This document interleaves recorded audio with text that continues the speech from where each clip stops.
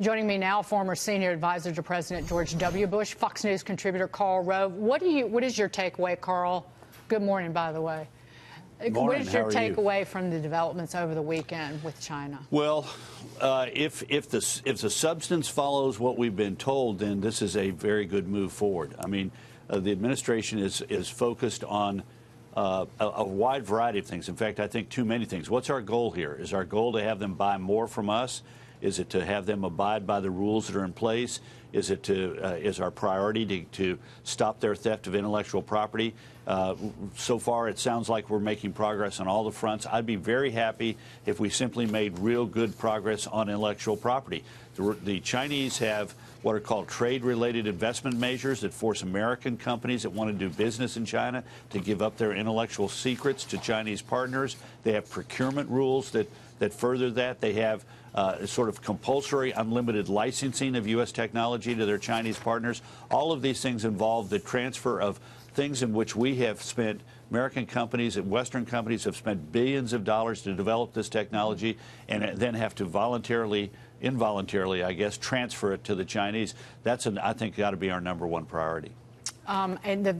We've heard that over and over again, and it just remains. Again, this will play out, and we'll be reading the language coming out of China on this.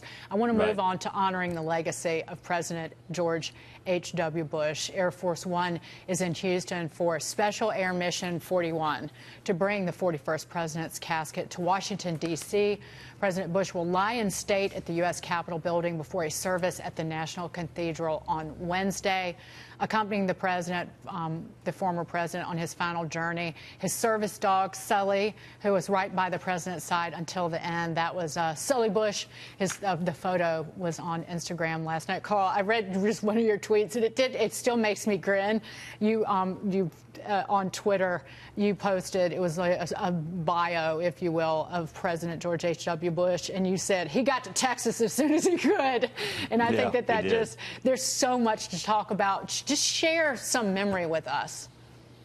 Well, he was an extraordinary person. He lived a life exactly as he wanted to live it, which meant turning his back on his Eastern upbringing in Connecticut and at Phillips Andover and Yale, and his father, a big muckety-muck with Brown Brothers Harriman, and instead he lit out for the West. He first started in Bakersfield, California as a oil field tool salesman and learned the oil business in Odessa and Midland, Texas from the bottom up, and that way he was like generations of Americans before him. He lit out for the West to create a new life, but he was an incredible individual. I was privileged to work with him for about 4 years when I was in my early 20s, and to maintain a relationship with him his entire life. I got a chance in November to go down to Houston and thank him for all that he did for me and to say goodbye. But I've been thinking about this. Everybody, several of my friends have sent me messages reflecting on his life and saying, "Rest in peace." You know, when he got to heaven, there is not going to be a lot of peace there. There's going to be baseball games. There's going to be tennis matches with his old pals. There's going to be paddleball. He has snuck somehow, I don't know how, but he's going to have snuck a speedboat into heaven. I mean, it's going to be puzzles. It's going to be conversation. It's going to be gossip and wonderful conviviality. And that was the kind of person he was. And to be reunited with his wife, Barbara, and his daughter, Robin, extraordinary moment, passing of this great man. Yeah, Robin passed away, I think, Karl, when she was 3 of leukemia. 3 years old, yeah. And that really does, it will change a person. And do you think that carried through his life in terms of kindness? Oh, absolutely. Kindness and respect, and dignity, integrity, and understanding the value of life and how fragile it is. Right, and a lifelong commitment to cancer research. Barbara Bush's hair turned white overnight. They never got over, in some sense, the loss of their daughter, Robin, and they turned that grief into a lifelong commitment to serving others. I was in California this weekend at the Reagan Defense Forum, and the leader of the director of the Reagan Library, John Hughes, came up to me, and we talked about George H.W. Bush, and he said, "He saved my life."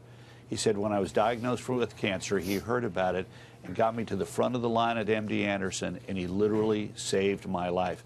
And that's not the first time I've heard that. And the efforts that they made to raise funds, and encourage awareness, and get people to get regular checkups and early treatment was really extraordinary. And I think a lot of it goes back to the loss of their daughter, Robin. Karl, do you think that this sense of this, I personally felt a longing over the weekend for this kind of respect and dignity and integrity and this commitment to serving this great nation that President Bush is remembered for. Do you think that this can be lasting rather than fleeting in this current environment? I hope so, but it's going to take all of us to recognize that. I was really touched, and I'm sure he was touched by the message that the Navy tweeted out on Saturday. Fair winds and following seas, sir. We have the watch. We all have the watch now. It's our responsibility, those of us who loved him and those of us who admired him, to do what we can to emulate in our lives what he did in his, which was to serve others, to love a neighbor like you'd like to be loved yourself, to serve country, put country above self, and it's a great lesson. I remember so many things that I learned and saw in those years that I worked for him as a young man. I mean, I was 22 when I went to work for him. When I went back to work for him, I was 25 years old, and he said, "I want you to run my pre-presidential political action committee," which sounds like a big deal. But the finance chairman was his brother, Johnny. The chairman was a young Houston lawyer named James A. Baker III. And for most of its 18-month existence, I was the staff. That was it. So it was not a very big, complex thing. But to be able to travel around the country with him for most of those 18 months and see him and his relationships with people all across the country, people that he knew from school, from college, from the oil patch, from Congress, from his service in President Nixon's administration, from his leadership as chairman of the Republican National Committee, and to see him up close like that was one of the most incredible experiences, if not the most incredible experience, formative experience of my life. He was not only a very great man, he was a very good man. Karl Rove, thank you for that. Thank you for those memories. Thank you for the tears, dear sir. Come back soon. Yeah. And incidentally, I have to have an opinion. National championship, roll tide. Thank you for the laughs. Mr. President would appreciate that, I'm sure. Karl Rove. Godspeed, Mr. President.